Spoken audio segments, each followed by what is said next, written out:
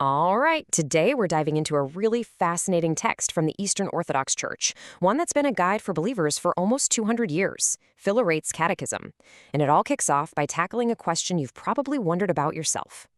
Okay, so let's just put ourselves in this position for a second. You want to understand a faith that's been around for 2,000 years. I mean, think about that.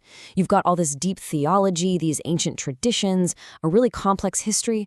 Where do you even start? It's a lot, right? It can feel like you're lost in this huge ancient forest with no map. And that's exactly where a document like this comes in.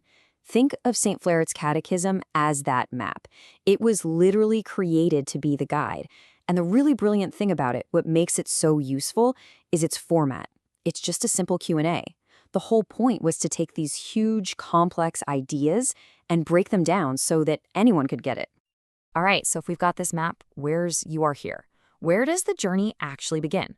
Well, according to the Catechism, everything, and I mean everything, starts with one key idea: faith. It's not just another item on a checklist, it's the front door. It's the gateway to the entire journey. And the way the Catechism talks about faith is really powerful. It's not just, ticking a box and saying, I agree with these facts. No, it's way more than that. It's the lens you have to look through to see everything else clearly. It's the key that unlocks the whole thing. Without that lens, without that key, the rest of the map is basically written in a language you can't read. Okay, so we've got the lens, but what are we supposed to be looking at with it? I mean, how does God actually get these truths to us? Well, the Catechism tackles that head on. It lays out exactly where this divine knowledge comes from. And the central idea here is something called divine revelation.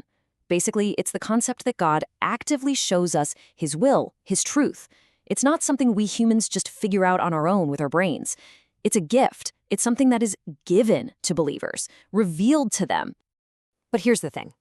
This divine revelation isn't just one single thing. It's not like a memo from on high. The way the Orthodox Church sees it, and the Catechism makes this super clear, is that this revelation is supported by two big, interconnected pillars, and both are absolutely essential. And what are these pillars? Well, the first one is Holy Scripture, what most of us just call the Bible. The second one is Holy Tradition, and this is a huge deal in Orthodox theology. You just can't separate them. You need both. They work together. To really get the full picture, you have to have both. So how do these two work together? That's the key. Think of Holy Scripture as the written foundation, right? It's the anchor. It gives you the clear doctrines, the moral guideposts, but it doesn't just float in space. That's where Holy Tradition comes in. Tradition is the living, breathing experience of the church. It's the worship, the counsels, the wisdom of the saints, all of it passed down for centuries. It gives Scripture its context, its life. It's how you know you're reading it the right way. The two pillars have to stand together. Okay, so let's recap. We've got faith as the way in. We've got God's revelation coming to us through Scripture and tradition. But you got to understand, this catechism isn't just a textbook. It's not about memorizing facts for a test. It's going for something much, much deeper.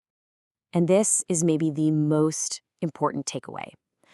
The Catechism isn't just about teaching you stuff. It's described as being deeply pastoral. What does that mean? It means it's all about spiritual care. It's a guide for your life. The whole point isn't just to fill your head with what to believe, but to show you how to live, how to actually grow as a person on a spiritual level. When you boil it all down, the goal of this book is transformation. Sure, it makes hard ideas easier to understand, and yeah, it helps preserve tradition. But that's just the surface. The real mission is to guide people on a path the Orthodox call theosis, which is this incredible lifelong journey of becoming closer and closer to God. It's about shaping your whole self, your heart, your mind, everything. So what starts out looking like a simple Q&A book is actually, a complete blueprint for a spiritual life. You start with faith, you build on it with Scripture and tradition, and the end goal is total transformation. So that leaves us with one last thing to chew on. If a faith provides a map this detailed, what does that say about the journey itself? About how important it is, how challenging it might be, and what the final destination could really be like?